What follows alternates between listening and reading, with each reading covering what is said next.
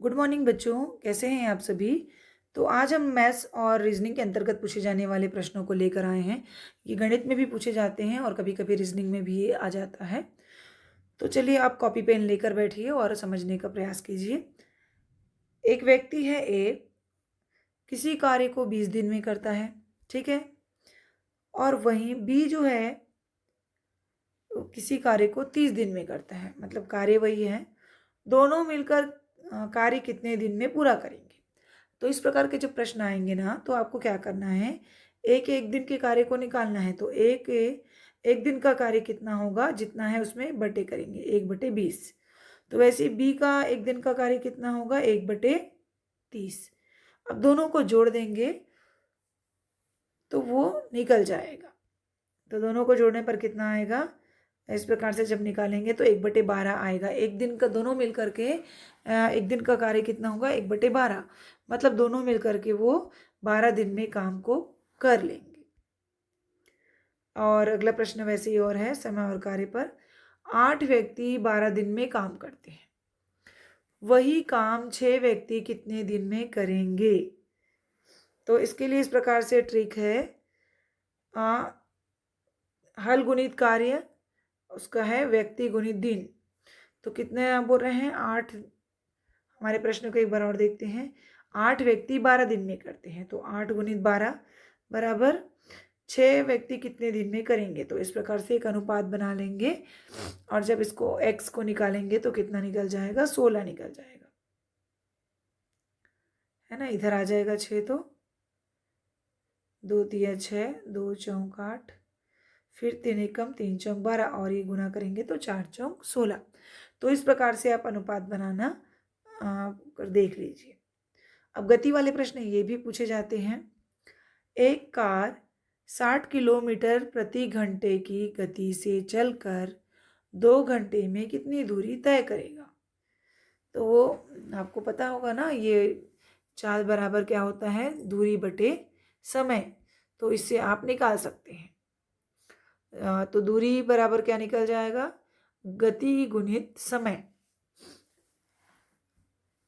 चाल बराबर दूरी बटे समय होता है, तो उससे आप दूरी को निकालेंगे तो आप दूरी कितना, गति कितना है 60 है, और समय कितना है 2, दोनों को गुना करेंगे तो 120 किलोमीटर। अगला प्रश्न है, यदि कोई व्यक्ति 90 किलोमीटर की दूरी को 30 किलोमीटर प्रति घंटे की गति से तय करता है, तो उसे कितने घंटे लगेंगे। सेम फार्मूला लगा देंगे, समय बराबर दूरी बटे गति। तो जब इसको कटाएंगे तो कितना आ गया, 3 घंटा, है ना। ये फार्मूला वगैरह आप याद रख लीजिए। एक हम लोग याद रखते थे, चाल बराबर दूरी बटे समय, दूरी बटे समय। फिर इस फार्मूले से समय का फार्मूला निकाल सकते हैं। देखो समय इधर चले गए तो दूरी बटे गति हो गया, चाल मतलब गति। अब अगला है नाव और धारा। ये प्रश्न भी काफी बार आते हैं। किसी नाव की स्थिर जल में गति 10 किलोमीटर प्रति घंटा है। नाव जो है ना स्थिर है, मतलब नाव चल रहा है, जल स्थिर है, तूफान उफान नहीं आ रहा है, तो 1 घंटे में 10 किलोमीटर चलता है। लेकिन अगर धारा की गति भी बढ़ गया, 2 किलोमीटर प्रति आवर हो, तो नाव की धारा के साथ गति कितनी होगी, बढ़ जाएगी ना। अभी 1 घंटे में 10 किलोमीटर है, तो धारा भी बढ़ गया है, बोल रहा है धारा की गति, तो स्पीड हो जाएगा ना। तो कैसे निकलेगा, इसके लिए है धारा के साथ गति कैसे निकलेगा, नाव की गति में धारा की गति को जोड़ देंगे। देखिए कितना सरल है। प्रश्न को पढ़ने से कठिन लग रहा है, लेकिन आप इस प्रश्न को तो लिख कर रख ही लीजिए और बनाकर देख लीजिए। तो 12 किलोमीटर हो गया। अब अगला प्रश्न वैसी और है, ये किसी नाव की स्थिर जल में गति 15 किलोमीटर प्रति आवर है, मतलब 1 घंटे में 15 किलोमीटर चल रहा है स्थिर जल में, लेकिन धारा की गति 3 किलोमीटर है। तो धारा की विरुद्ध गति क्या होगी। तो क्या होगा, धारा के विरुद्ध चलेंगे तो गति कम हो जाएगी ना, तो इसमें घट जाएगा। धारा के विरुद्ध बोल रहे हैं, तो स्थिर जल में कितना है 15, 1 घंटा में 15 चल रहे हैं, और धारा की गति 3 है, तो उसको घटाएंगे तो निकल गया 12 किलोमीटर प्रति घंटा। अगला प्रश्न है समय, गति और दूरी का। कोई व्यक्ति है 40 किलोमीटर प्रति घंटे की गति से चलता है और 15 मिनट देरी से पहुंचता है। यदि वह 6 किलोमीटर प्रति घंटे की गति से चलता है तो 15 मिनट पहले पहुंचता है। दूरी कितनी है? इस प्रकार के प्रश्न काफ़ी बार पूछे जाते हैं। तो आपको क्या निकालना है? पहले समय का अंतर निकालना है। कितना अंतर है? 30 मिनट का अंतर है, तो मतलब आधा घंटे का अंतर है। दूरी कैसे निकालेंगे? दूरी के लिए ये वाला फॉर्मूला कर लीजिए, गति 1 गुणित गति 2 गुणित समय का अंतर बटे गति 2 ऋण गति 1। अब ये पूरे फॉर्मूला को रखेंगे, आप बनाकर देख लीजिए सॉल्व करके, तो 6 किलोमीटर आएगा। अगला प्रश्न मिश्रित वाला है।